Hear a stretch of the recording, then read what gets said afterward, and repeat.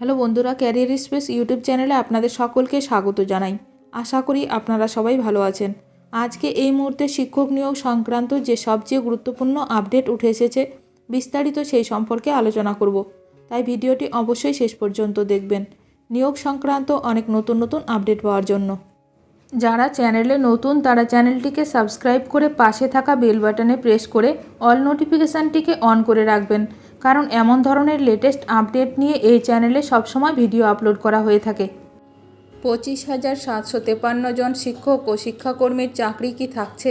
আভাস মিলতে পারে এই দিনে, জেনে নিন বিস্তারিত। স্কুল সার্ভিস কমিশনের নিয়োগ দুর্নীতি কাণ্ডে চাকরি বাতিল সংক্রান্ত মামলা এই মুহূর্তে চলছে সুপ্রিম কোর্টে। প্রায় 26,000 জনের চাকরি বাতিল করে কলকাতা হাইকোর্ট, যদিও সেই নির্দেশে স্থগিতাদেশ দেয় দেশের সর্বোচ্চ আদালত। এই মামলার পরবর্তী শুনানি 6 আগস্ট। সংশ্লিষ্ট মহল মনে করছে মোট 25,753 জন শিক্ষক ও শিক্ষাকর্মীর চাকরি থাকছে না বাতিল হচ্ছে, তার একটা আভাস মিলতে পারে সুপ্রিম কোর্টের আগামী শুনানিতে। আদালত ইতিমধ্যেই বিস্তারিত তথ্য জমা দিতে বলেছে। সব পক্ষের বক্তব্য শুনবে সুপ্রিম কোর্ট। 2016 সালে এসএসসির মাধ্যমে নিয়োগপ্রাপ্ত মাধ্যমিক, উচ্চ মাধ্যমিক স্তরের শিক্ষক, গ্রুপ সি এবং গ্রুপ ডি স্তরের শিক্ষাকর্মী, মোট 4 ধরনের নিয়োগ এর সঙ্গে জড়িয়ে। তাই সব কিছু এক জায়গায় আনতে স্ট্রাকচারিং আদালত একটি কমিটি গঠন করেছে। সাহায্য করছে এসএসসি এবং শিক্ষা দপ্তরও।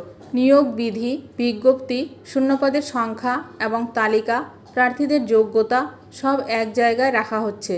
6 আগস্টের আগেই সেই তথ্য সুপ্রিম কোর্টে জমা পড়বে, তারপরে হবে শুনানি।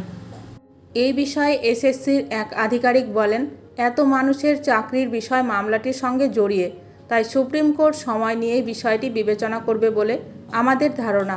সেক্ষেত্রে 6 আগস্টেই বিষয়টির মীমাংসা হবে না, তবে প্রথম দিনের শুনানিতে একটি দিক নির্দেশ পাওয়া যাবে। এর আগের শুনানিতে সুপ্রিম কোর্ট জানিয়েছিল তারা এই মামলার সঙ্গে জড়িত 5 পক্ষের বক্তব্য জানবে আগে। 2 সপ্তাহের মধ্যে সেই বক্তব্য জানাতে হবে রাজ্য, সিবিআই, এসএসসি, মূল মামলাকারী এবং যাদের চাকরি নিয়ে মামলা তাদেরকে। 3 সপ্তাহ পরে অর্থাৎ আগস্টের প্রথম সপ্তাহে এই মামলাটির পরবর্তী শুনানি হবে বলে বলা হয়।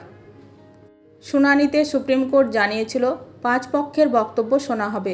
এই 5 পক্ষ হল রাজ্য, এসএসসি, মূল মামলাকারী, চাকরিহারা এবং সিবিআই।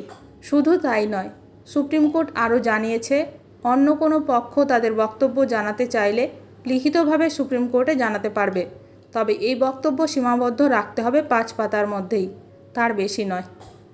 এখন দেখার বিষয় শুনানিতে কী গুরুত্বপূর্ণ রায় দেন বিচারপতি। শিক্ষক নিয়োগ সংক্রান্ত বিষয়ে আপনাদের মতামত অবশ্যই কমেন্ট করে জানাবেন। ভিডিওটি ভালো লাগলে অবশ্যই লাইক করবেন। আজকের ভিডিওটি এখানেই শেষ করলাম। নতুন কোনো আপডেট নিয়ে দেখা হবে নেক্সট ভিডিওতে।